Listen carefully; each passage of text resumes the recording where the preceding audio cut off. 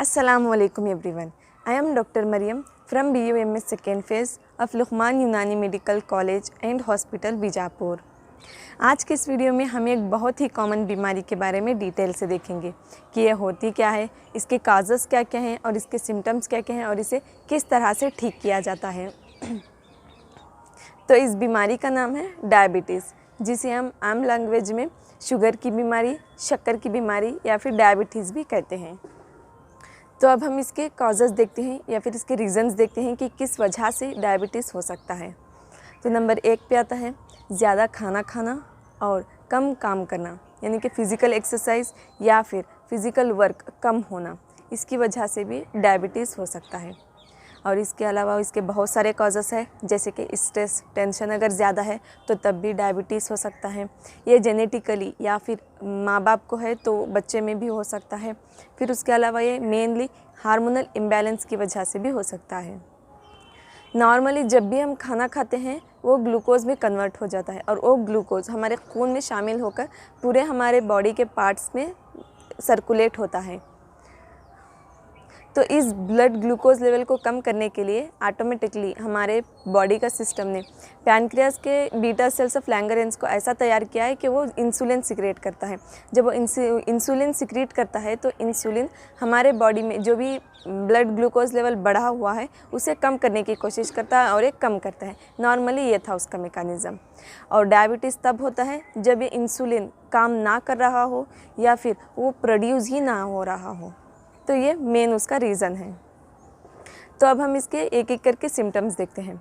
सबसे पहले ज़्यादा प्यास लगती है, ज़्यादा पेशाब आता है, थकान महसूस होती है, वज़न कम होता है और उसके साथ साथ अगर ज़ख्म होते हैं तो वो देर से हील होते हैं। तो अब हम देखेंगे कि शुगर या फिर डायबिटीज़ को कैसे ठीक किया जा सकता है, कैसे रोका जा सकता है। नंबर 1 पे आता है डाइटरी मैनेजमेंट। तो हम पेशेंट को एडवाइस करेंगे कि ज़्यादा स्टार्च या फिर ग्लूकोज वाली ग़िज़ाएँ ना खाएं और जो फाइबर से भरपूर हों उन ग़िज़ाओं का इस्तेमाल करें। और उसके अलावा जिसमें ग्लाइसेमिक कंटेंट कम होता है उन चीज़ों का इस्तेमाल करें। तो अब हम देखेंगे कि मेडिकेशंस क्या क्या हैं इसके लिए जो भी हमारे होम रेमेडीज़ हैं वो भी हम अप्लाई कर सकते हैं, जैसे करेले का इस्तेमाल, नीम का इस्तेमाल, मेथी दाना, ज़ीरा, जामुन के बीज, गुरमर बूटी, इन सब चीज़ों का हम इस्तेमाल कर सकते हैं।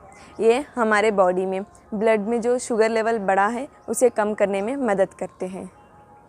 फिर उसके बाद आता है एक्सरसाइज। रोज़ाना हमें 30 से 40 मिनट तक हल्का सा एक्सरसाइज करना चाहिए, क्योंकि इससे हमारा मेटाबॉलिज्म का प्रोसेस अच्छे से चलता है, जिसकी वजह से हमारे बॉडी में ग्लूकोज़ का मेटाबॉलिज्म भी सही तरीके से हो सकता है। फिर उसके बाद आता है मोस्ट इम्पॉर्टेंट थिंग कि स्ट्रेस और टेंशन को कम करना चाहिए। अब हम देखेंगे कि इसके प्रिवेंटिव मेजर्स क्या क्या हैं, किस तरह से हम डायबिटीज़ से बच सकते हैं। तो रेगुलर चेकअप करवाना चाहिए, स्ट्रेस को मैनेज करना चाहिए, यानी कि स्ट्रेस को कम करना चाहिए। स्ट्रेस नहीं लेना है, टेंशन नहीं लेना है और दिमाग पर ज़्यादा जोर नहीं डालना है।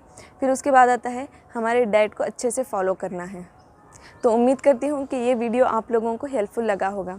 अगर इस वीडियो से आप लोगों को थोड़ी सी भी मदद मिली तो अपने दोस्तों के साथ, अपने फैमिली मेम्बर्स के साथ ज़रूर शेयर करें। मिलते हैं नेक्स्ट वीडियो में, तब तक के लिए stay safe and stay healthy. Thank you.